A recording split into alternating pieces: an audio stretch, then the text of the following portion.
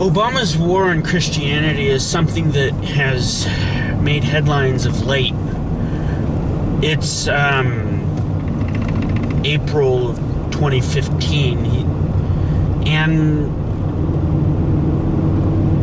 Obama himself has been the subject of much attack from the church in America. And so I could understand where his frustration with Christians is coming from on one level. Obama's war on Christianity is something that's inspired certain myths. I heard early on in his presidency about how Obama ordered the destruction of Bibles in Iraq. It's a report that I don't believe much in. I don't think that there's a reason to make up a tale in order to talk about Obama's war on Christianity. But Obama, as a president, loves to draw parallels between Christians and the Crusades, between Christians and the Inquisition, between Christians and things that happened hundreds of years ago. In his Easter message this year, this is 2015, in his Easter message this year, Obama delivered an address saying that Christians just aren't really nice people. Obama claims to be a Christian. Whether he is or not, that's between him and the Lord. Clearly, he doesn't have much grounding in the faith. Clearly, Obama doesn't have much grounding in Christian doctrine.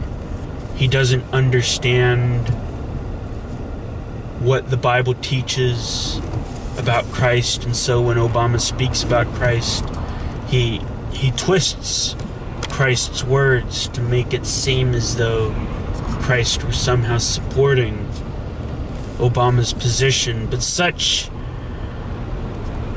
proof texts that Obama uses are a pretext for a proof text, because there's no context to what Christ is saying in Obama's remarks.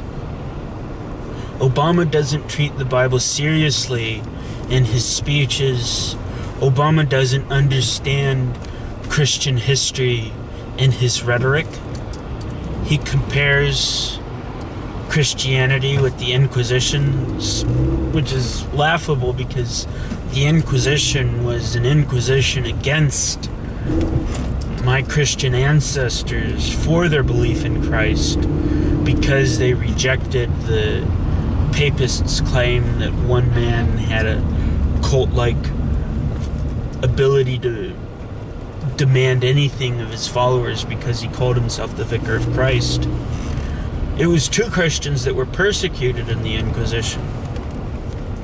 And Obama attacks Christianity for the Crusades when the Crusades were nothing more than what we are doing in our current war on terror. When you take a macro view at history, you see how Islam is a warring religion, conquered its way through Arabia by the sword, murdered those who rejected Muhammad's false messages,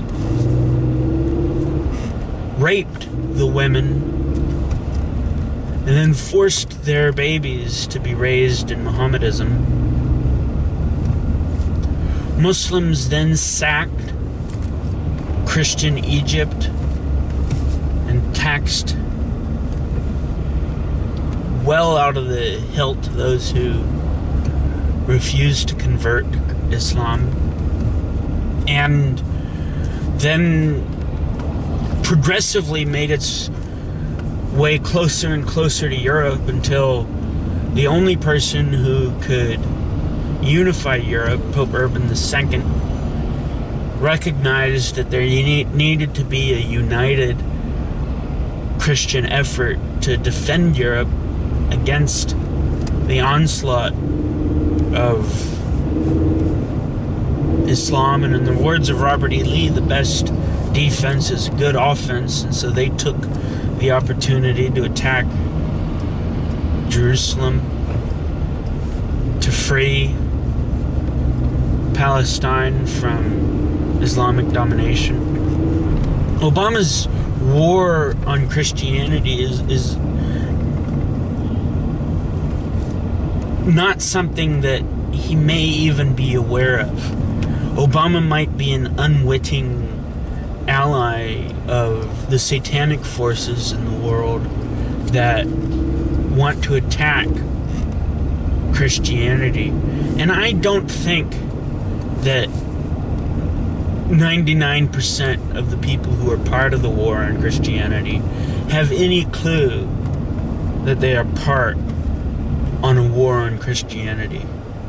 I'm sure in his heart Obama considers himself a Christian. I'm sure in his heart Obama considers himself to be doing right.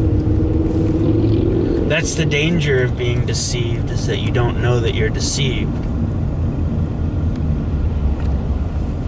And yet, when we don't ground our beliefs in the biblical revelation, which Obama's speeches clearly give evidence that he does not ground his views on Christ in the biblical revelation, we can unwittingly, unknowingly become part of a war on Christianity, even though we are very much a part of it.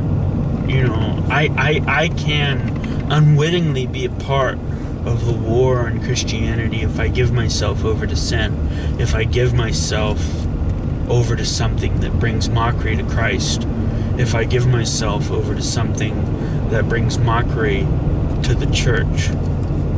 I can unwittingly become part of the voice that gives birth to doubt, that gives birth to disbelief. And I fear for Obama because I think he has unwittingly become a part of massive disbelief, massive rejection against Christ. Again, I don't think it's deliberate on Obama's part.